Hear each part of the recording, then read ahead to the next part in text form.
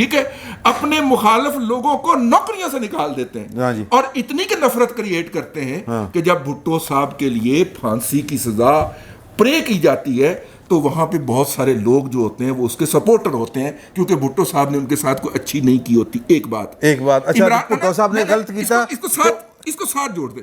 عمران خان صاحب آتے, دوسرا رانگ بھی تو سن لینا سر, دوسرا رانگ بھی تو سن لیجیے نا. عمران خان صاحب آتے, اپوزیشن کو تنتے جیلوں کے اندر, اپنے ناقد صحافیوں کو ایف آئی اے کے ذریعے اٹھواتے ہیں, پھر اٹھوانے والے ٹھیک ہے, ابھی مجھے پھر اٹھوانے والے ہیں.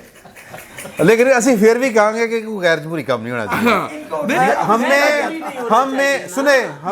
ہم میں اور سیاستدانوں میں یہ فرق ہونا چاہیے, یہ ہونا چاہیے. ہمارا ذکر ہی کوئی نہیں. حامد میر جیسے بندے کو جس نے اس کو تخلیق کیا, جو کنٹینر پہ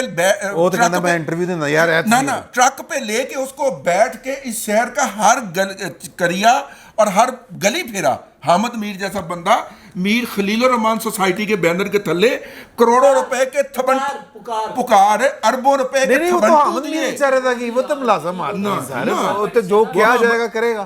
حامد میر کہہ سکتا تھا افتخار چلا جائے. ہاں سر میری بات مکمل ہو جانے دیتے, میں واپس دے رہا ہوں آپ کو. میں صرف یہ عرض کر رہا ہوں کہ عمران خان کی عظیم شخصیت کی تعمیر, دیوتا نہیں, بات تو عمران خان کی ہے نہیں, بات تو وزیر اعظم کی ہے.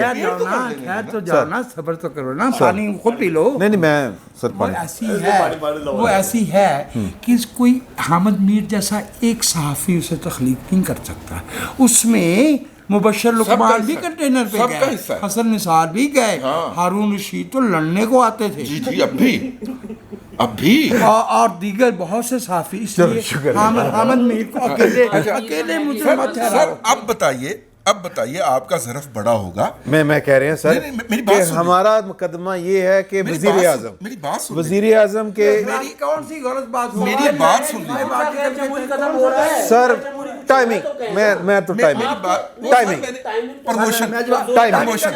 دیکھو میرے ہاتھ جڑے, دیکھو پرموشن. ہاں جی, پھر عمران خان کا ساتھ دیو. بات یہ ہے سر جی, وہ انہوں نے پوچھا عمران خان کے ساتھ لندن عمران خان کے ساتھ ہے, کرتا نا پھر ایکسرسائز اپنی پاور, کہتا میں نے نہیں کرنا, کھڑوے نا اپنے پیروں تے پار پاوے, اسی انہیں نال کھڑوانگے. او یار وہ اپنے پیروں تے پار نہیں پا رہے, تو منوں کہہ رہے نہیں سر, میں ذہن چ رکھو, اونے مینوں دوجی سر اے تک نے نہیں کہ میں دے دیا, نہیں اونے مینوں دوجی واری چکوانا ہے. کوئی گل نہیں سر, اساسی پرسنل نہیں ہے, نہیں ساڈا پرسنل میں ٹائمنگ والا جو معاملہ ہے اس پہ میں کچھ عرض کرنا چاہوں گا. دیکھیے ٹائمنگ دو طرح سے دیکھی جا سکتی ہے, مثبت بھی اور منفی بھی. ایک تو یہ ہے کہ اگر کوئی, میں مجھے پرانی بات یاد ہے کہ میں نیچے آئے, نہیں وہ پانی سر پورا پینا ہے سر, ڈاکٹر ایوب مرزا کی کتاب تھی ہم کے ٹہرے اجنبی, تو اس کی ہوئی تقریب رونمائی. تھوڑی سی اس میں ناشائستگی اسے میں ایڈٹ کر دوں گا. منو بھائی نے تقریر کی اور اس میں انہوں نے ایک جملہ کہا کہ اگر کسی کا باجو بند, اب باجو بند کی جگہ پہ آپ کوئی اور بند لگا دیں بس, اگر کسی کا باجو بند بار بار کھل جاتا ہے تو معلوم کرنا چاہیے کہ یہ خواہش ہے, مجبوری ہے یا عادت ہے.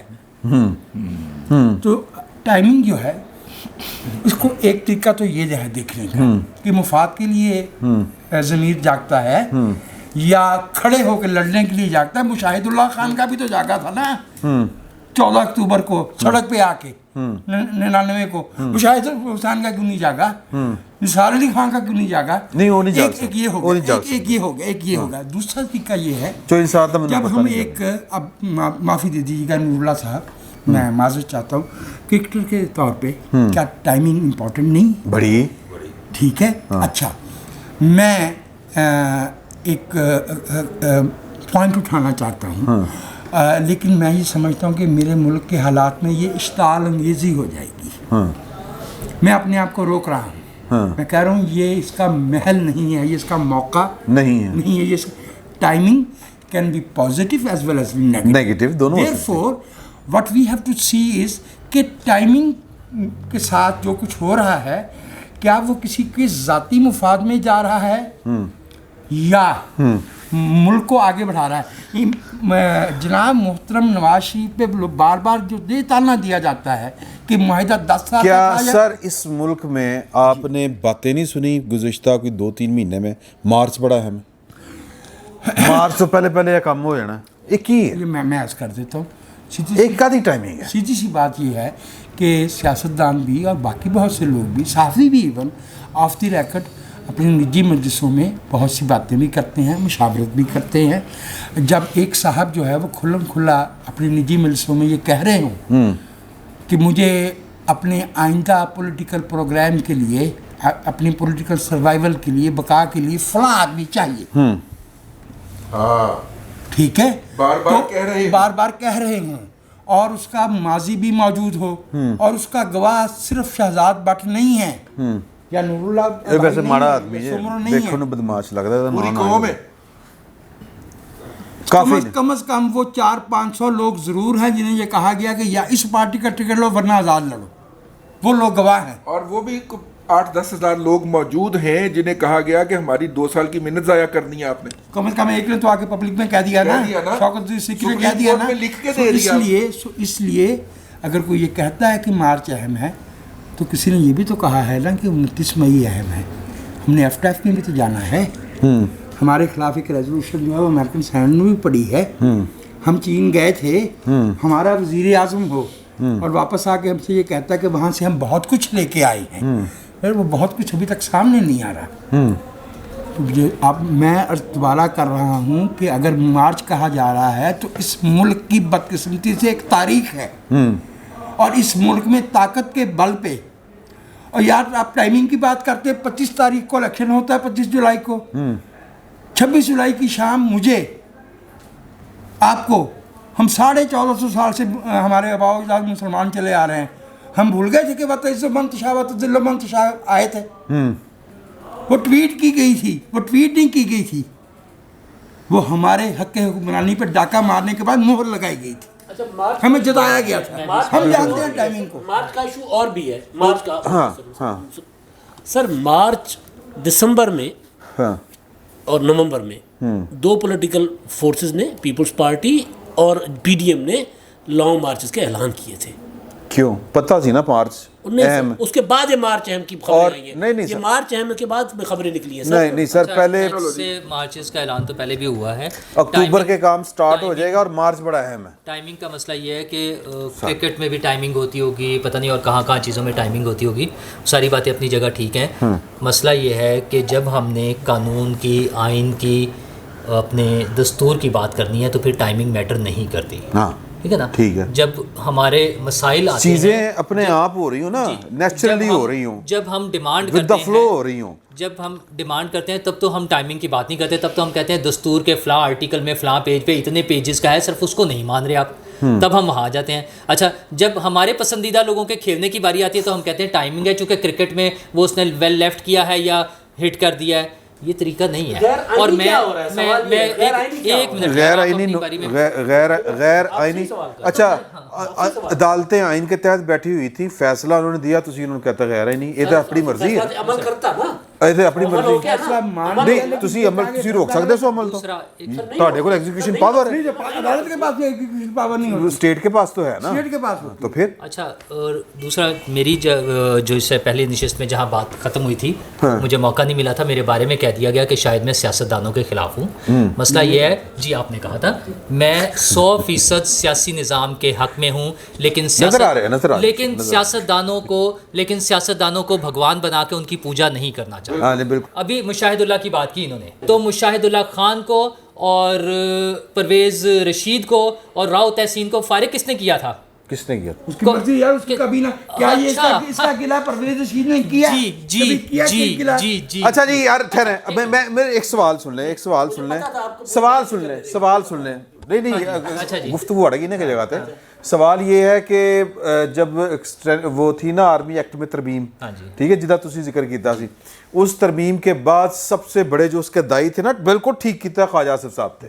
ٹھیک ہے، خواجہ آصف صاحب نے آن دی ریکڈ، میرا خیال ہے یہ پروگرام بھی آف دی ریکڈ تھا، اس میں بیٹھ کے انہوں نے کہا تھا عباسی صاحب کے، کاشف کے ساتھ، کہ جی کہ ہم نے ماضی میں بھی ڈیویڈنڈس لیے ہیں, این جی ہے نا جی. ਤੇ ਫਿਰ ਖਾਜੇ ਨੂੰ ਪੁੱਛਣਾ ਸੀ ਕਿ ਨਵਾਜ਼ ਸ਼ਰੀਫ ਨੇ ਤੇਰੇ ਨਾਲ ਫਿਰ 2.5 ਸਾਲ ਗੱਲ ਕਿਉਂ ਨਹੀਂ ਕੀਤੀ? نہیں سر, ਖਾਜੇ ਨੂੰ ਇਹ ਵੀ ਪੁੱਛਣਾ ਸੀ ਨਾ. ਇਹਦਾ ਮਤਲਬ ہے کہ ڈیوڈ 7 بندوں نے اس میں شرکت سے انکار بھی کیا. سر جو بھی ہے, پرویز رشید صاحب ان میں ایک شامل تھے, مجھے پتا ہے, لیکن بات یہ ہے کہ اس پارٹی نے فیصلہ کیا, اچھا اور نتائج نہیں ملے تو پھر ناراض ہو گئے, فوائد نہیں ملے, کیا یہ وہ فائد اب مل رہے ہیں وہ والے؟ جی بالکل اتنی سی بات ہے, ابھی فوائد نہیں ملنے, ابھی بھی یہ لارے لپوں پر ہے, انہیں لالی پاپ دیا گیا ہے یہ تمام پولیٹیکل پارٹیز کو, اور یہ اس میں آ گئے ہیں. فوائد کا بالکل وہی ہوگا جس طریقے سے آج اگر اس کو کیا جا رہا ہے. اگر کل کو حمید گل کا نام آنا ہے کسی کا, کل کو اگر کسی بینک کے کیشیئر کا نام آنا ہے جس نے پیسے بانٹے ہیں جی, تو یہ ان لوگوں کے ساتھ بھی جو اس کے نتیجے میں آئیں گے وہی کچھ ہوگا جو آج ہو رہا ہے.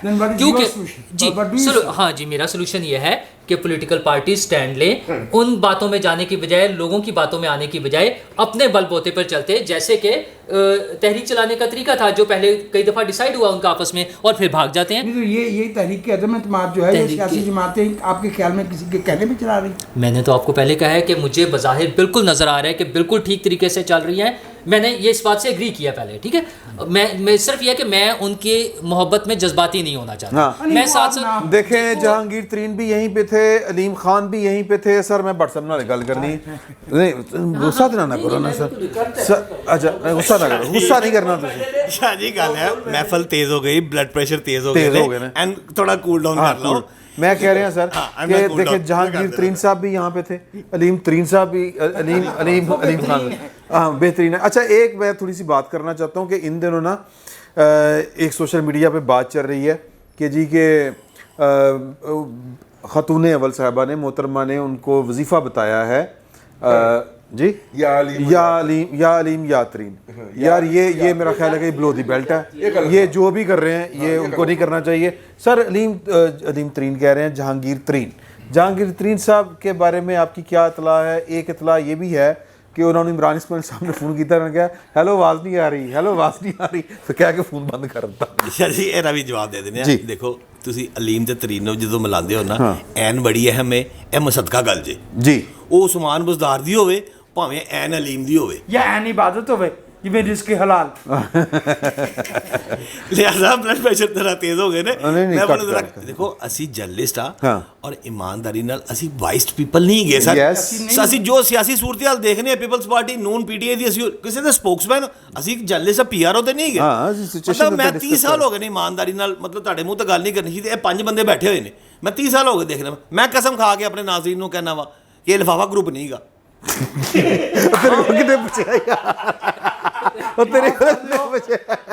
ਮਾਫ ਕਰ ਦਿਓ ਭਾਈ,